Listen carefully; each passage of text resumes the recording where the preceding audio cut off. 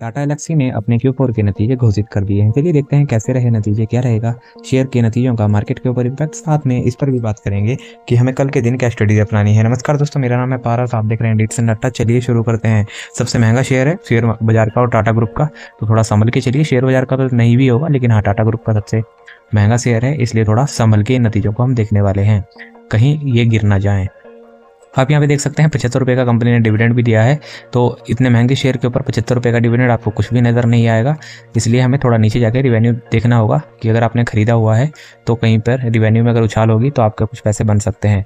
अगर आपको यहाँ पे नज़र आ रहा होगा, आप यहाँ पे देखेंगे 93,000 लगभग 94,000 करोड़ रुपए के ऊपर कंपनी ने इस साल 95,000 करोड़ रुपए का रिवेन्यू जनरेट किया। आप यहाँ पे देखेंगे 1 से 2% की उछाल है, बिल्कुल बेबकवास यहाँ पे हमें रिवेन्यू ईयरली बेसिस पर देखने को मिला है। वहीं पर अगर हम क्वार्टरली बेसिस पर बात करें तो 98,000 करोड़ रुपए के ऊपर 95,000 करोड़ रुपए का रिवेन्यू जनरेट हुआ है। आप यहाँ पे देखेंगे एकदम घटिया कंपनी ने रिवेन्यू जनरेट किया है, दोनों ईयरली बेसिस पर और क्वार्टरली बेसिस पर। अगर हम कंपनी के नेट प्रॉफिट की तरफ नज़र डालें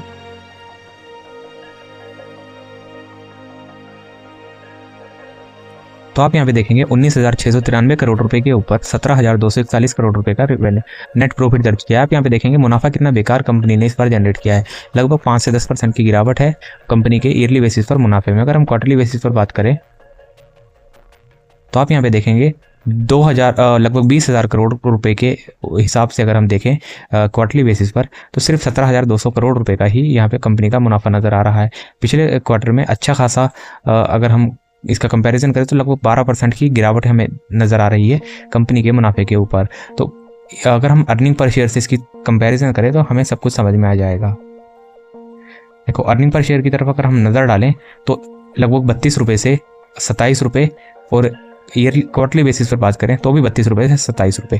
हमने यहाँ पे देखा ओवरऑल बिल्कुल बकवास कंपनी ने नतीजे जारी किए हैं। अगर हम कंपनी के ग्रोथ आउटलुक की बात करें तो हमें ग्रोथ आउटलुक भी बहुत ही बेकार नज़र आया है। अगर हम प्रॉफिट मार्जिन की बात करें तो आप यहाँ पे देखेंगे ईयरली बेसिस पर कंपनी ने पिछले साल 93,000 करोड़ के पीछे 26,000 करोड़ रुपए बचाए थे, यानी कि 67,000 रुपये का कंपनी ने एक्सपेंसेस किए थे। वहीं पर इस बार अगर हम देखें तो 95,000 करोड़ रुपए के ऊपर 72,000 करोड़ रुपए का खर्चा किया है। आप यहाँ पे देखेंगे पिछले साल के मुकाबले इस साल कंपनी ने जहाँ पर सिर्फ 2,000 करोड़ रुपए का एक्स्ट्रा मुनाफा कमाया, वहीं पर 5,000 करोड़ रुपए का लगभग यहाँ पे कंपनी ने गंवाए भी हैं। तो इसके मार्जिन की तरफ भी हमें नज़र आ रही है अच्छी खासी गिरावट। तो कंपनी के ओवरऑल नतीजे बहुत ही बेकार है। IT सेक्टर में आज भी गिरावट थी, कल भी रहेगी और आने वाले टाइम पर भी रहेगी। और अगर हम कंपनी के शेयर की तरफ मतलब शेयर पे ट्रेडिंग के ऊपर नज़र डालें, मतलब स्ट्रेटेजी की बात करें, तो कंपनी में आपने सेल करके ही चलना है, बाय करने की कोई सलाह नहीं रहेगी। इंट्राडे में अगर आप सेल करना चाहते हैं तो कर सकते हैं, काफ़ी महंगा शेयर है तो सलाह तो नहीं दूंगा, क्योंकि कितना ही कमा लोगे आप, 1-2 हज़ार रुपये ही कमा पाओगे अगर आप 10-20 हज़ार से ट्रेड करोगे।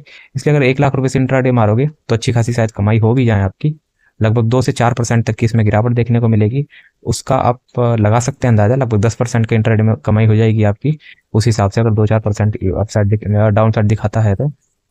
लेकिन अगर गिर के ही खुलता है तो कुछ भी नहीं करना है, लेकिन हाँ, अगर पॉजिटिव में खुलता है तो आप इसे बेच सकते हैं, बड़ी आपकी कमाई हो सकती है। इसी तरह से आपको हर नतीजों की मैं वीडियो लेकर आता रहता हूँ और आपको सब कुछ इसमें सीखने को भी मिलती है, कई चीज़ें, और क्या करना है वह भी जानने को मिलता है। अगर वीडियो पसंद आएगी तो बेल आइकन जरूर दबाइए, बेल आइकन दबाएंगे तभी आपको इन फ्यूचर फायदा होगा।